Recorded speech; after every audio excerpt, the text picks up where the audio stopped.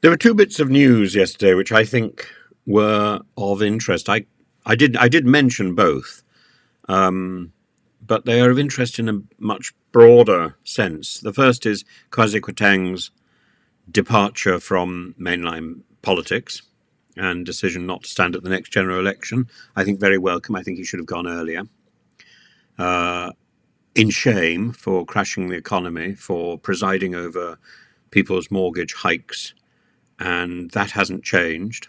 And he should be ashamed. He should be ashamed and ridiculed until he recognizes that fact, until he admits the role that he played in people's misfortune. That's number one.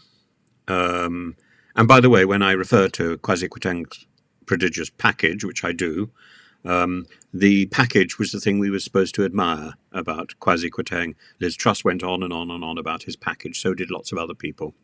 The package was his bundle of economic miracles that he was producing as Chancellor for a very short space of time. He was Chancellor for less than Liz Truss was Prime Minister. That's almost a record as well. That's point one, and point two, of course, is Liz Truss turning up in the popular Conservative conference. If you want to be a popular Conservative, then you don't invite Nigel Farage to your do. It's like inviting Dracula to the wake. And there is no place for Liz Truss, just as there's no place for Kwasi Kwarteng in any future Conservative Party. And the modern Conservative Party, which of course is clinging on to the vestiges of history, past history, is going to have to wake up to the reality that come the next general election, the majority of Conservative members in the House of Commons will be first-time Conservatives, will be first-term MPs, even in some of the party's safest seats. That is the reality, because of so many people leaving a sinking ship, like rats, Kwasi Kwarteng among them. And so the Conservative Party that will elect the next leader of the Conservatives will be a very different party, and there may not be room for a Kemi Badenoch. I think there certainly won't be room for a Suella Braverman. The impulse ought to be to elect somebody who is going to bring the party together. I think the more likely scenario is that it will be somebody who fragments the party. And it may well be Suella Braverman. Get it out of the system while there's still time. Wreck the party as fast as possible if that's the direction it's going. But there is a scenario where the Conservative Party could resurrect.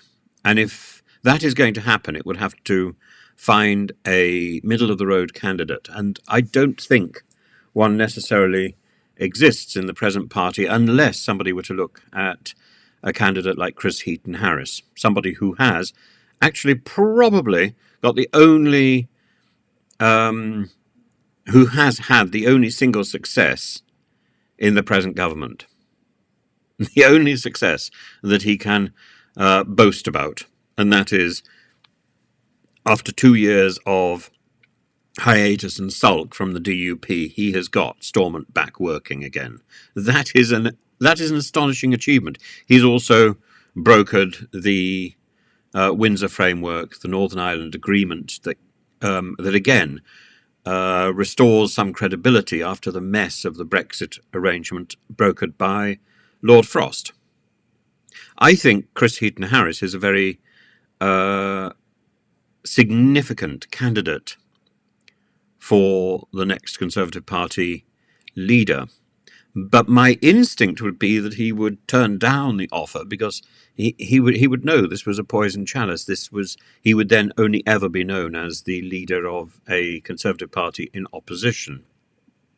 I think if there were a hung parliament and if there was a possibility of the Conservative Party hanging on in some form of office, then Heaton Harris is a very significant possibility for the next Conservative Party Prime Minister. But I think that is a pipe dream and not a reality. I think the more likely scenario is that UKIP will move in, or the remnants of UKIP, that is the Reform Party, will move in and take over the right wing of the Conservative Party. So whoever is elected to rule the Conservative Party after the general election rout will be in control of a significantly reducing party. It will see its members gradually siphoned off into a Reform Party that doesn't need to win any seats at all at the general election. It will be represented in Parliament by defectors.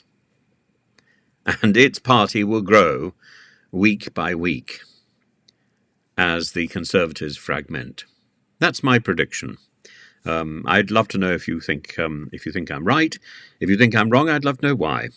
And if you think I'm right, please take this idea further and please develop it and let me know how that develops in your mind.